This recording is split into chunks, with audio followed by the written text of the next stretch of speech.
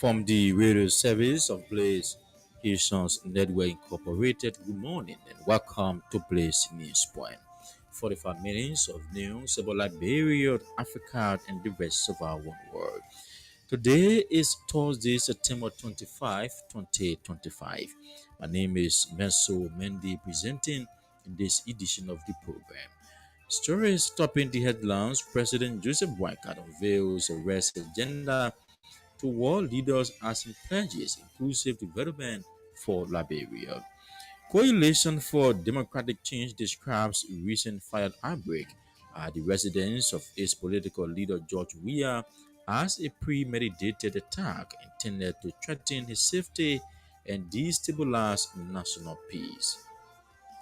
Rural Universities and Colleges Faculty Association of Liberia declares an indefinite strike action, citing the government's continued failure to address long-standing concerns over poor salaries and benefits.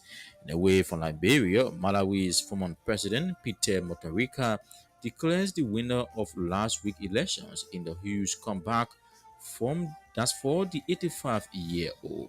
The news bulletin, voices of those making the news, and the person of last post are all packaged on today's presentation. First, Stephen Talo comes in with the news bulletin. Good morning, Stephen. Good morning, Mandy. President Joseph Boakai has told world leaders that Liberia's path to sustainable growth and stability lies in inclusive development anchored on his government's flagship arrest agenda. Addressing the 80th session of the United Nations General Assembly in New York Wednesday, the Liberian leader said his administration is determined to transfer the nation into a lower administration, a middle income country by 2030 through reforms that prioritize the needs of ordinary citizens. President Boakai declared that through the arrest agenda, his government is committed to improving livelihoods, reducing inequality, and ensuring that every Liberian benefits from the dividends of peace and development. The arrest agenda focuses on agriculture, food security, roads and infrastructure, rule of law and good governance, education and skills development, sanitation and health, and tourism, technology and innovation. Meanwhile, the Liberian leader revealed that Liberia will use its upcoming 2-year tenure on the United Nations Security Council to amplify Africa's voice and push for fairer representation in global decision making. He described Liberia's election to the Council for the 2026 to 27 term as historic and noted that it marks the first time in the country's history it will serve a full term on the powerful body since signing the UN Charter 80 years ago. The Coalition for Democratic Change has described the recent fire outbreak at the residence of its political leader and former Liberian President Joseph that's George Weah as a premeditated attack intended to threaten his safety and destabilize national peace. In a strongly worded statement issued Tuesday in Monrovia, the party called for a forensic, international, and independent investigation into the incident, stressing that only a credible probe free of lies, deception, and fakery will uncover the truth and bring justice. The CDC recalled past incidents it believes point to targeted aggression against its leader and supporters. CDC cited violent clashes at the Rabat International Airport during one of Weah's arrivals, allegedly involving personnel of the armed forces of Liberia, and more recent confrontations in which police officers reportedly manhandled and jailed CDC partisans. Their statement also accused Unity Party supporters of engaging in a smear campaign, including circulating what the CDC described as a fake AI generated image said to depict Weah's bedroom. The Rural Universities and Colleges Faculty Association of Liberia has declared an indefinite strike action, citing the government's continued failure to address long-standing concern over poor salaries and benefits. Speaking at a press conference in Bone County on Wednesday, Rufal Secretary Philip Kwame said the association has exhausted all avenues of peaceful negotiations. He noted that since February 12, 2025, the government has failed to act on repeated calls for salary and benefit standardization. According to him, Rufal has petitioned President Joseph Boakan engaged with members of the legislature as well as other senior government officials. Despite these efforts, he said no meaningful action has been taken to resolve the disparities. As part of the strike, Kwame announced that all faculty members under Rufal are prohibited from participating in academic activities until notice. He emphasized that the association remains resolute and will not back down until their concerns are adequately addressed. The Public Procurement and Concessions Commission will on Thursday, September 25, celebrate its 20th anniversary with a series of events, including the dedication of its newly renovated headquarters in Monrovia. Speaking on a local radio station Tuesday, Ruby James, PPCC's gender manager and chairperson of the anniversary planning committee, said the program will feature the biddings, dedication, stakeholder engagements, and an awards dinner. According to her, the milestone celebration highlights PPCC's achievements in strengthening transparency and accountability within Liberia's procurement processes. She disclosed that the Commission will also honor long-serving employees who have shown commitment and dedication to the public service. He established in 2005, the PPCC is mandated to ensure that all government procurements are conducted fairly, transparently, and in a way that provides value for the country. Also speaking ahead of the program, PPCC Executive Director Budget Johnson revealed that the acting Minister of State for Presidential Affairs, Samuel Stikwa, will deliver the keynote address on behalf of Vice President Jeremiah Cohn. Johnson added that the celebration will be graced by government officials, members of the diplomatic corps, and representatives of various ministries and agencies. Former Liberian President Ellen Johnson Sirleaf has called on global leaders to recommit to the ideas of the United Nations Charter by prioritizing dialogue over destruction. Speaking Tuesday, September 23, at the UN's 80th anniversary summit in New York, the Nobel laureate urged leaders to work toward restoring weakening democracies, ending violence against humanity, and fostering continuous reconciliation across nations. Madam Soli stressed that peace agreements must be backed by tangible action, noting that when guns feel silent, skills training, jobs, justice, and dignity must follow swiftly. She further appealed for greater support to credible elections, security sectors, reforms, and inclusive institutions that can guarantee reconciliation and growth. The former Liberian president also challenged the UN to fix what she described as an underperforming multilateral system that was designed to shield future generations from the scourge of war. She urged world leaders to produce solutions that go beyond wars and deliver real impact on the lives of citizens across the globe. Liberia's Solicitor General Counsel Augustine Fire has welcomed a court ruling that denied the defense motion and the ongoing capital bidding as on trial, expressing confidence that the prosecution will secure convictions. On Wednesday, September 24, 2025, Criminal Court 8 Judge Roosevelt Willie rejected a 32-count motion filed by defense lawyers seeking to suppress evidence presented by the state.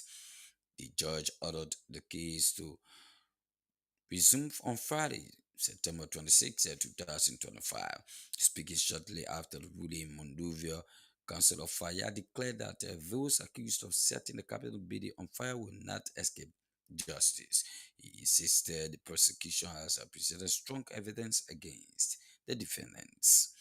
He added that the defendants should prepare to present their witnesses and evidence when proceedings resume on Friday. Meanwhile, former Speaker Fonati Kufa, one of the defendants, downplayed the prosecution's case. He described the government's submission as a forensic evidence, but maintained that it is insufficient to warrant a conviction.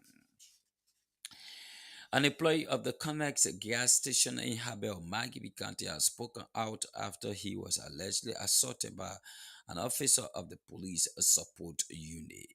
The victim, identified as Francis Dilo, described the incident as unfortunate, saying he was attacked on Wednesday, September 24, while pleading with officer for the release of a security guard assigned to the station. According to Dilo, after making his appeal to one of the PSU officers, another officer who was seated in disguise inside vehicle suddenly approached from behind and physically assaulted him. He stressed that he did not know the officer personally and had no prior confrontation with any of the PSU personnel. Dido further disclosed that he is currently undergoing treatment at a local medical facility in Magibi County. He added that the medical personnel have advised him to pursue the matter formally once he completes his treatment. A comprehensive audit of judicious workforce in Montserrat County has revealed troubling irregularities, including employees without requisite academic qualifications, misplaced staff, and a controversial dual payroll system that contravenes Liberian law. The Civil Service Agency, acting at the request of Chief Justice Yami Bisi, presented a partial report Tuesday at the Temple of Justice, calling for urgent reforms to reinforce transparency and integrity in the country's justice sector. CSC Director General Josiah Juka disclosed that the exercise is about accountability, meritocracy, and to rebuilding public trust in the judiciary. He noted that the findings underscore systematic weaknesses that must be corrected immediately if the courts are to function effectively and credibly.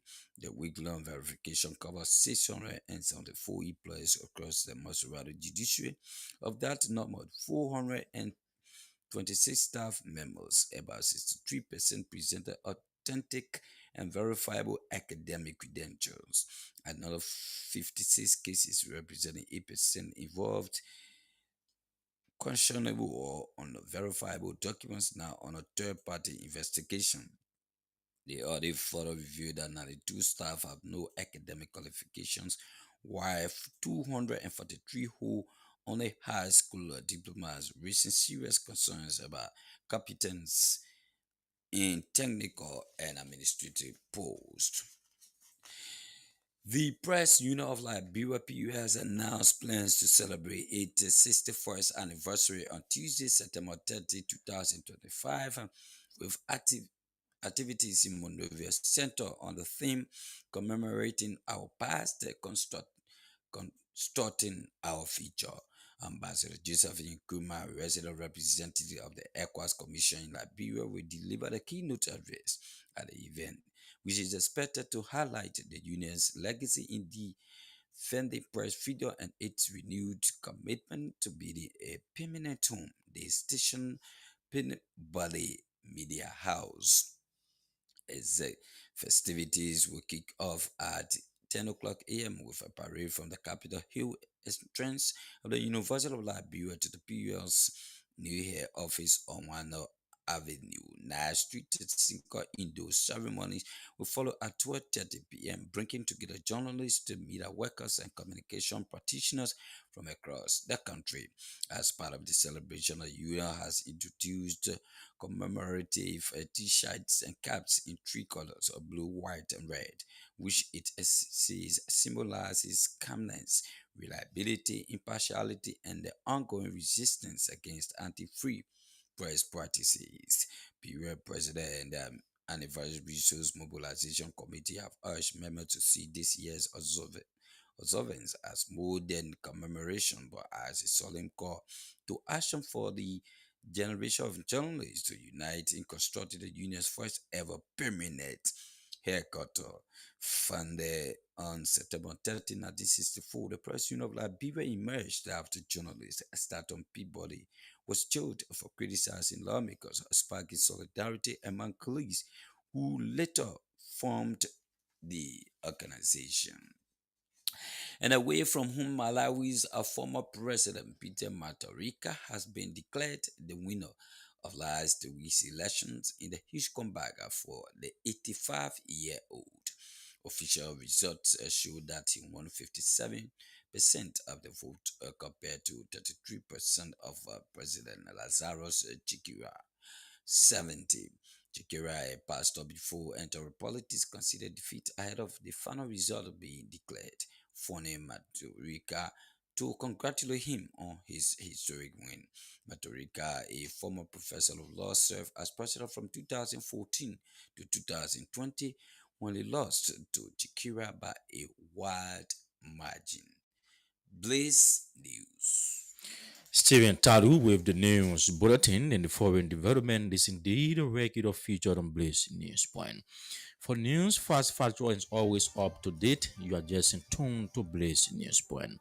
45 minutes of the most balanced, accurate, and compared news about Liberia, Africa, and the rest of our one world. These are stories topping the headlines. President Joseph Boakai unveils a race agenda to world leaders as it pledges inclusive development for Liberia. Coalition for Democratic Change describes recent fire outbreak at the residence of its political leader George Weah as a premeditated attack intended to threaten the safety and destabilize national peace.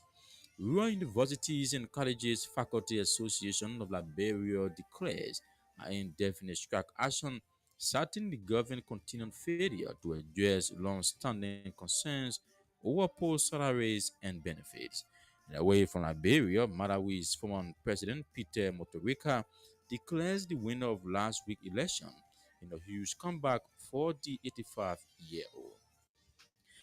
The voices of those making the news and sports are still here, but this break, to be right back.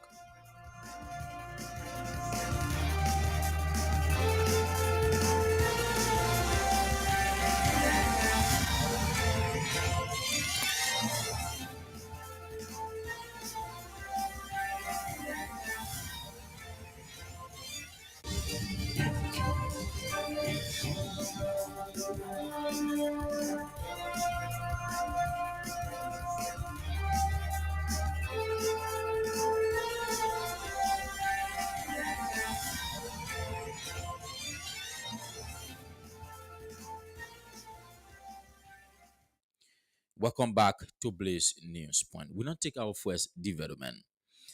President Joseph Boakai has told world leaders that Liberia's path to sustainable growth and stability lies in inclusive development anchored on his government flagship arrest agenda.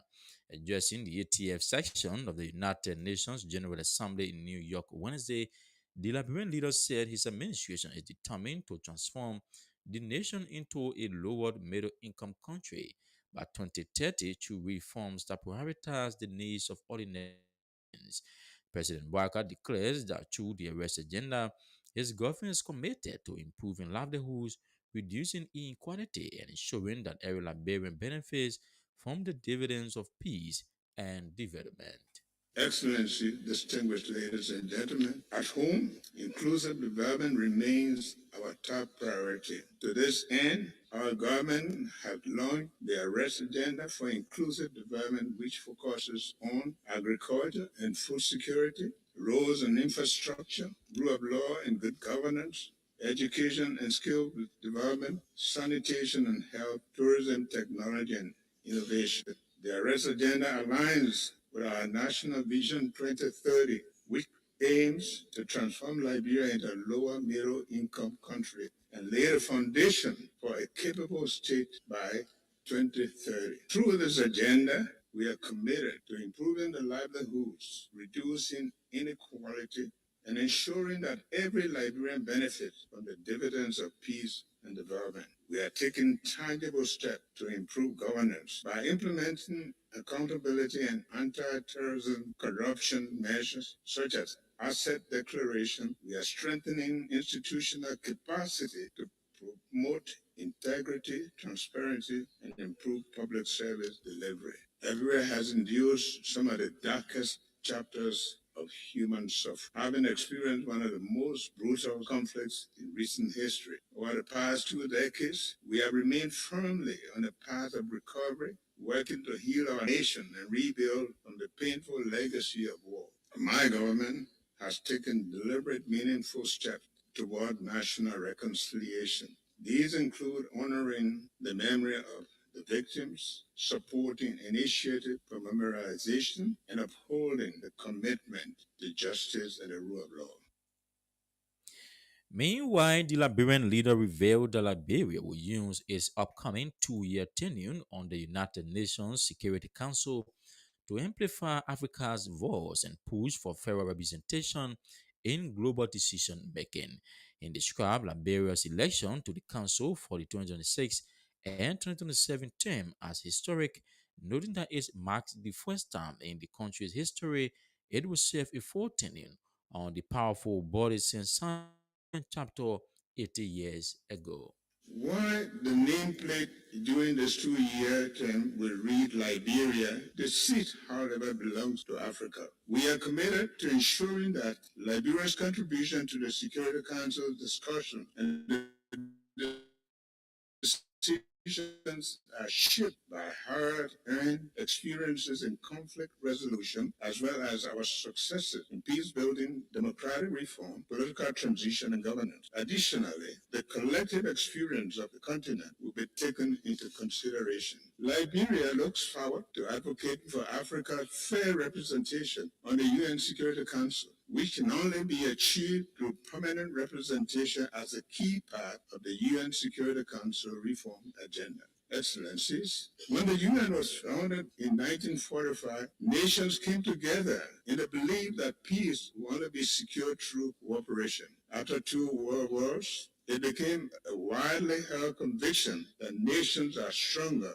when united than when divided. 80 years later, that conviction is being tested like never before. From wars and displacement to terrorism, threats to technological advances, climate change, and widening inequalities, today our world faces challenges that no country can solve alone. At the same time, and paradoxically, when the world needs to strengthen multilateralism, its credibility and efficacy have been questioned. As one of the four African countries to sign the Charter of the United Nations, Liberia feels morally obligated to call for renewal rather than reversal of multilateralism. Reversal is not an option for a just and peaceful world. We call for greater inclusion, effectiveness, and respect for international law, recognizing that the credibility of the United Nations depends on our ability to act together in the service of humanity.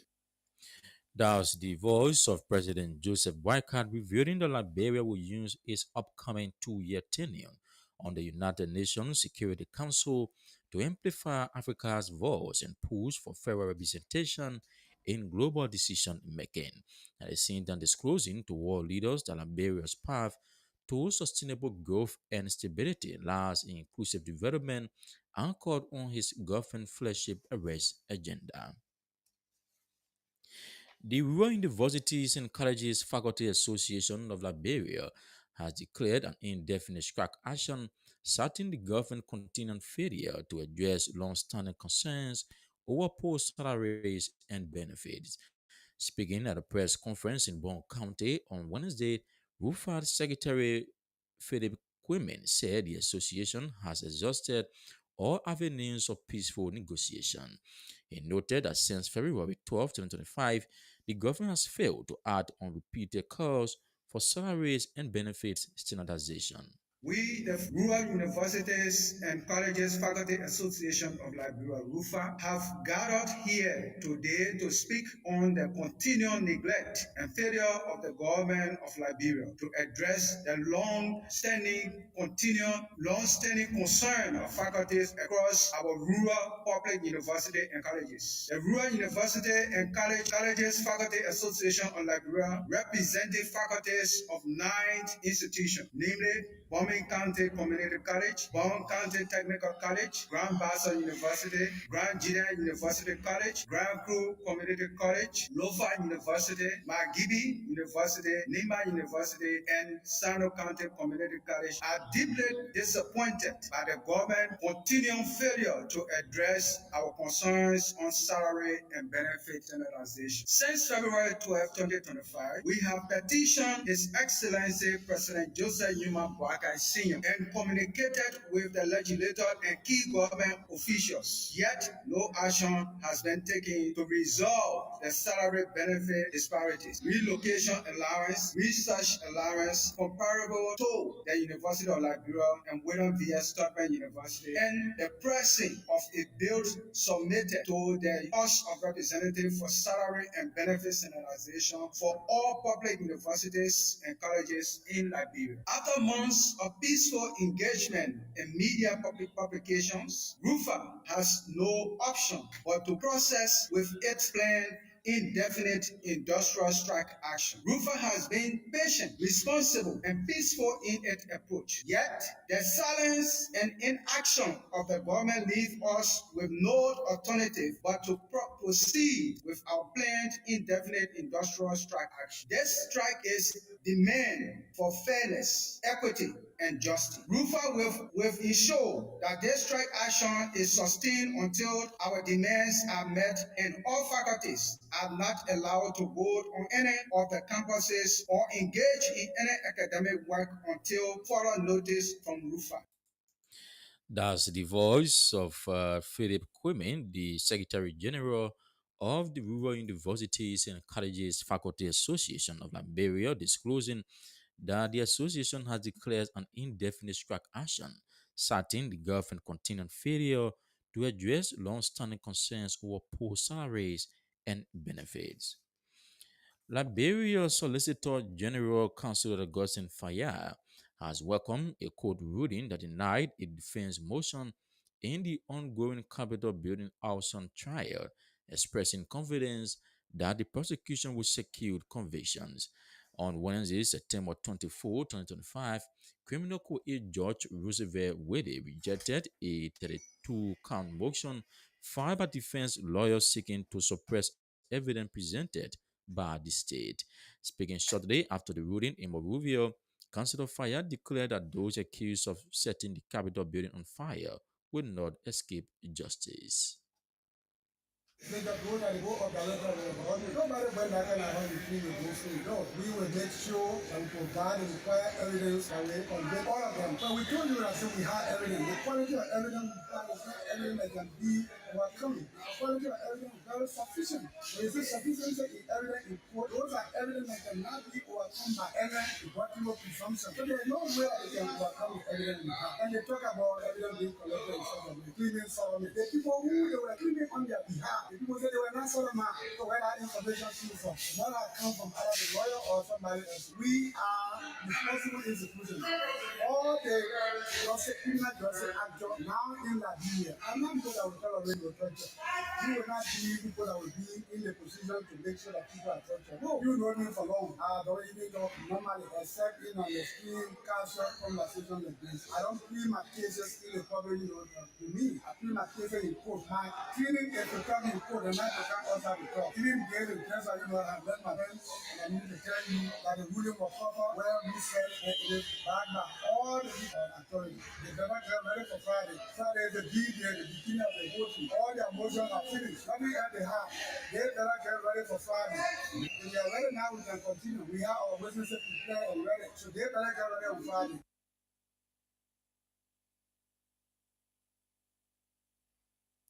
Meanwhile, former Speaker Fonati Kofa, one of the defendants, downplayed the prosecution case and described the government summation as forensic evidence, but maintained that it is insufficient to warrant a conviction. Let me comment again on the evidence because I heard again some lawyer talking about what was the evidence. Do you have eyewitnesses? No. Do you have camera to show who lit the fire? No. Do you know who lit the fire? No. Do you have forensics evidence, fingerprint, footprint, hair fibers, and what have you to prove your case? No. What you have is a bunch of color and a bunch of recordings.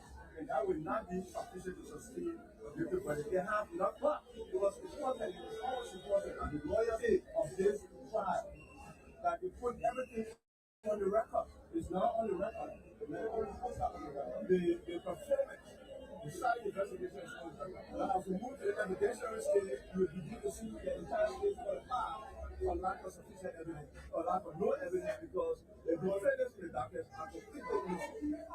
You see, we got to learn to read and comprehend. In Thomas Etheridge's report, let me test it more. It says consistent with allegation of torture. Period. There's no qualification. If you look at, I believe it was Stephen Bro, it said consistent with allegation of torture. What could be other things? So you don't just take what they wrote about Stephen Bro because it's convenient to you. You take what they. So maybe there were two of them or three of them. What happened to the ones where they were consistent? You know that? You don't. We were under the impression that the medical report says the report itself identified that it will be scientific. That's the voice of former Speaker Fonati Kufa downplaying that's the prosecution case, describing the government summation as forensic evidence but maintained that it is insufficient to warrant a conviction. Earlier on, the listening to Liberia Solicitor General Councilor Gossin Fayad welcoming a court ruling but denied a defense motion in the ongoing Capitol building arson trial, expressing confidence that the prosecution will secure convictions. It's now half past news hour. We'll now go to Studio B where Stephen Tadu will return with the passion of last pose. FC Fasel CEO Kasieku has announced 100,000 United States dollars as bonus for qualification over MC Agos in Nigeria.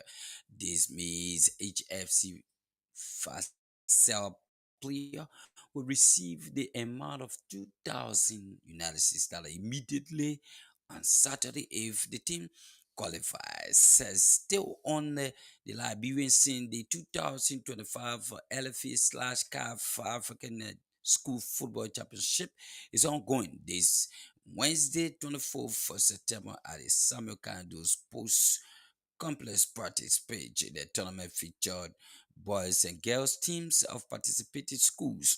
The championship is intended to identify talented young players who will represent Liberia's honor 15 boys and girls teams in the CAF School Football Regional Championship. The competition also provides an excellent opportunity for students to showcase their talent, develop their sporting abilities, and engage in healthy competitor among our schools in Liberia.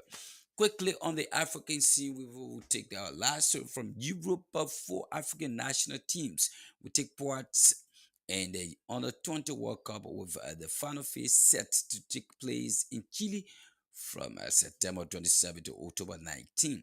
These teams are the reigning African Under 20 champions, South Africa, the runners up of Morocco, as well as Egypt and Nigeria. Over the years, 21 African teams have participated in this youth World Cup with only one title to their name, Ghana's triumph in 2009. And lastly, Carabao Cup reaction 10 round wins for Arsenal, Man City, Tottenham, and Newcastle. Carabao Cup 4th round now sees Newcastle take on Spurs. Swansea versus Man City, Arsenal host to Brighton, Liverpool versus Crystal Palace, Grimsby versus Brentford, Wrexham versus Cardiff for Wolves take on Chelsea, and Wackham B versus Fulham. And it is the first time Eberechi Eze scores his first goal for Arsenal as Miguel Teta side past League One side. And that's the sports this morning. Steven Talu with the Passion of Last post is indeed a regular featured on Blaze Newspoint. We don't take more development. Former Liberian President Erin Johnson Sirleaf has called on global leaders to recommit to the ideas of a United Nations chapter by prioritizing dialogue over discussion. Speaking Tuesday, September 23, at the UN 80th Anniversary Summit in New York, the Nobel laureate urged leaders to work towards restoring weakening democracies, ending violence against humanity, and fostering continuous reconciliation across nations. Madam Salih stressed that peace agreement must be backed by tangible action, noting that when guns fall silent, skills training, jobs, justice, and dignity must follow swiftly. Level meeting on peace and security as part of the UN 80th anniversary. 80 years after the founding, we must recommit to the Charter, to our common security, to the belief that nations can choose dialogue over destruction. We begin in Africa, our shared cradle of resilience and hope, where democracy is weakening, where fractures across borders from Sudan to the Sahel to the Great Lakes strain our regional architecture. Yet, across Africa, communities stand up to extreme violence. Regional bodies mediate transitions, and women's groups negotiate truces when the state is distant and humanity is near. We have learned hard lessons. Prevention costs less than reconstruction. Reconciliation is a process, not an event. Peace agreements require institutions and citizens to be real. When guns fall silent, skills training, jobs, justice, and dignity must follow swiftly. Liberia's story illustrates UN led progress and success. The largest peacekeeping force joined Africa's forces to disarm fighters, support elections, reform security institutions, and create space for reconciliation and growth. India's all female formed police unit strengthened protection and public trust. The mission ended with Liberia standing on its own feet out of war into a fragile peace with accountability, inclusive dialogue, and economic opportunity. The Liberian, that's the former Liberian president, also challenged the UN to fix what she described as an unperforming multilateral system that was designed to shield future generations from the scope of war. She urged world leaders to produce solutions that go beyond wars and deliver real impact on the lives of citizens across the globe. We must acknowledge that the multilateral architecture built to shield future generations from war is underperforming. That global leadership lacks a unified effort to respond to a technological enabled world. Commemoration with our candor is unaffordable. The world asks whether this House will protect civilians and uphold international humanitarian law. These are not words of despair, they are summons to repair. Our answer must go beyond words. It must translate into actions felt by a family in a tent, a nurse in a clinic, a child in school. A call for change, a renewed vision of collective security, and a broader approach to the triple planetary crisis and worsening inequality. The call for the new design of a new vision, better together, must ensure immediate protection of civilians, finance for conflict prevention, proposals that pay real people, leaders who are audible and accountable, women at the table with budgets that guarantee their participation in all peace negotiation delegations, and the de-weaponization of the information space. None of this is beyond our reach. It demands humility to listen, courage to compromise, persistence to implement. That's the voice of former Liberian President Erin Johnson Sirleaf, urging world leaders to produce solutions that go beyond wars and deliver real impact on the lives of citizens across the globe. At the same time, calling on global leaders to recommit themselves to the ideas of the United Nations chapter by prioritizing dialogue or discussion. An employee of the Cornell gas station in Habeld, Margibi County, has spoken out about his alleged assault by an officer of the police support force. The victim, identified as Francis Dido, described the incident as unfortunate, saying he was attacked on Wednesday, September 24, while pleading with officers for the release of a security guard assigned to the station. According to Dilo, after making his appeal to one of the PSU officers, another officer who was seated in disguise inside a vehicle suddenly approached him from behind and physically assaulted him. Last night, our owner economy was serving my security guard was there, but then my manager and I'm present. So in the people of my eye, I saw the security guy in the pickup of the PSU guys. So because he is the one that guiding us, whereas at night, the way I'm facing with wind. I can't manage him. So the security guard can be there in the guy or in the process. So in that process, I saw it in the pickup. I went to the PSU guy and said, please, I'm pleading on behalf of this guy. He is the security for us for tonight. Whereas we are dealing with cash. So I'm begging people tomorrow in case if you have done anything wrong, please let me do a arrest tomorrow. But please, I'm begging, I'm pleading on your behalf so that you can pull it down so that you can guard us in the process. Then PSU guy was there, you were in this guy, you were not in uniform, in the pickup. I was talking to the other PSU guy, pleading on behalf of the guy. When the PSU guy, the other guy, he just left there shouting, get up my head, get up my head. I said, I'm not going to provide, I've come to plead on behalf of this guy. Without talking the station, he just came down and I was not facing him. I was talking to the other PSU guy. He just came down straight and just hit me on the back straight on the floor.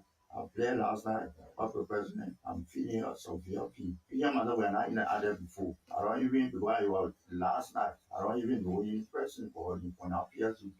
When they arrested his ability, I didn't see any motorcycles there. But when the information I said there are some motorcycles that were disturbing, so he went, he recruited your friends when he base the king. So when they came, I don't see any motorcycle in their car. Only the security men they arrested. So now I went to identify because I was in uniform. To have in front of this security friend, they are not brought in uniform here, but it's a security car for us here. So I'm begging you, please release him tomorrow in case of anything. People can come. When our husband is present, people can come and arrest me. Well, begging because he want guiding us. So big business there. When he hit me last night, all that meaningful situation, they took me to, I know my boyfriend and I can't took me to medical one. They where they treated me last night. And their police officers were there. And I think Dido further disclosed that he is currently undergoing treatment at a local medical facility in Margibi County.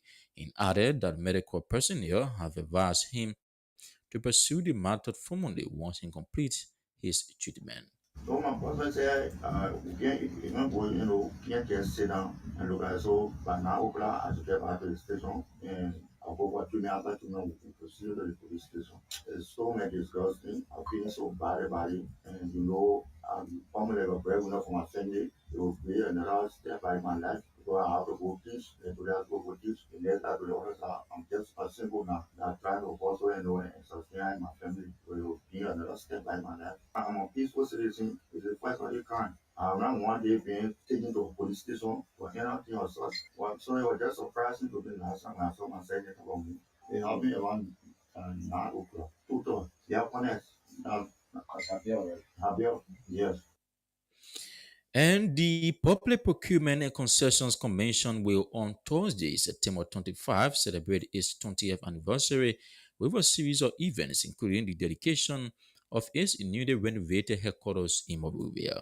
Speaking on the local radio station Tuesday, Ruby Jones, PBCC General Manager and Chairperson of the Anniversary Committee, said the program will feature the building dedication, stakeholder engagement, and an awards dinner.